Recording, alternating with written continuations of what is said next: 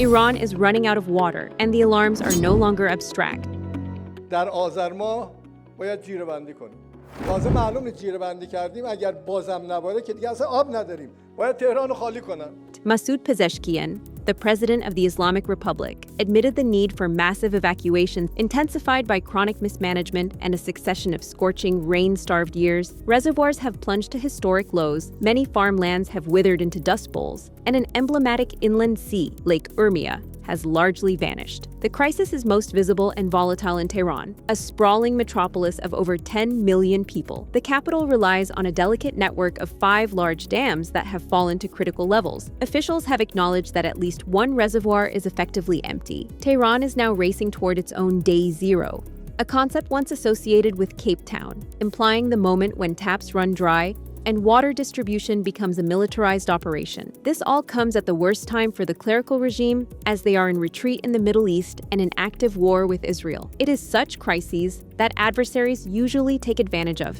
Lebanese and Israeli representatives held direct talks for the first time in 4 decades to establish a political and economic foundation for ties between the two countries. The Trump administration has been trying to foster the dialogue between Israel and Lebanon for 9 months. Israeli Prime Minister Benjamin Netanyahu sent a representative from the Israeli National Security Council, while the Lebanese president sent Lebanon's former ambassador to the United States to head their respective delegations. The Israeli government believes the Lebanese government isn't doing enough to implement its decision to disarm Hezbollah and have warned the White House that if Hezbollah continues to rearm at the current rate, it will be forced to resume the war. The Lebanese government also demanded that Israel withdraw from 5 outposts inside Lebanese territory near the border. But Israel didn't offer any meaningful concessions and conditioned troop withdrawals on demands it knows Lebanon cannot meet. The parties agreed to meet again before the new year and come to the table with economic proposals that will help in confidence building. Both parties agree that the primary objective remains disarming Hezbollah. The talks were organized by the U.S. to bring Israel and Lebanon together, but numerous issues would need to be overcome for this. What doesn't help was a day after the meeting, Israel continued to conduct airstrikes across Lebanon, allegedly targeting sites being used by Hezbollah to rebuild its military capabilities. The Trump administration published its 33-page national security strategy, which outlined an America First framework that emphasized U.S. sovereignty and retrenchment over past cornerstones of U.S. foreign policy. The congressionally mandated document declares that allies and partners must take more responsibility for their own defense costs, and along with trade, both will form part of U.S. coercive leverage over other countries. The document looked negatively at traditional U.S. allies and partners while also opening the door to new, transactional, economic agreements with other countries. The strategy refocuses on the Western Hemisphere, establishing this as the U.S.'s #1 priority, saying that the U.S. will now assert and enforce a Trump corollary to the Monroe Doctrine. In terms of military presence, this means a readjustment of U.S. global military presence to address urgent threats in its hemisphere. The strategy document mentioned U.S. policy is now not grounded in traditional political ideology, and the U.S. seeks good relations and peaceful commercial relations with the nations of the world without imposing on them democratic or other social change that differs widely from their traditions and histories. The document forecasts a Trump administration that will take a less interventionist stance in many parts of the world, with the exception of an identified priority to gain access to critical raw materials. The report also highlights U.S. domestic social and cultural issues as national security concerns, such as diversity and free speech. Overall, the U.S. national security strategy reads like the raising of the white flag. We realize we cannot defeat you, so we will withdraw to our own hemisphere, where the U.S. has no real adversaries.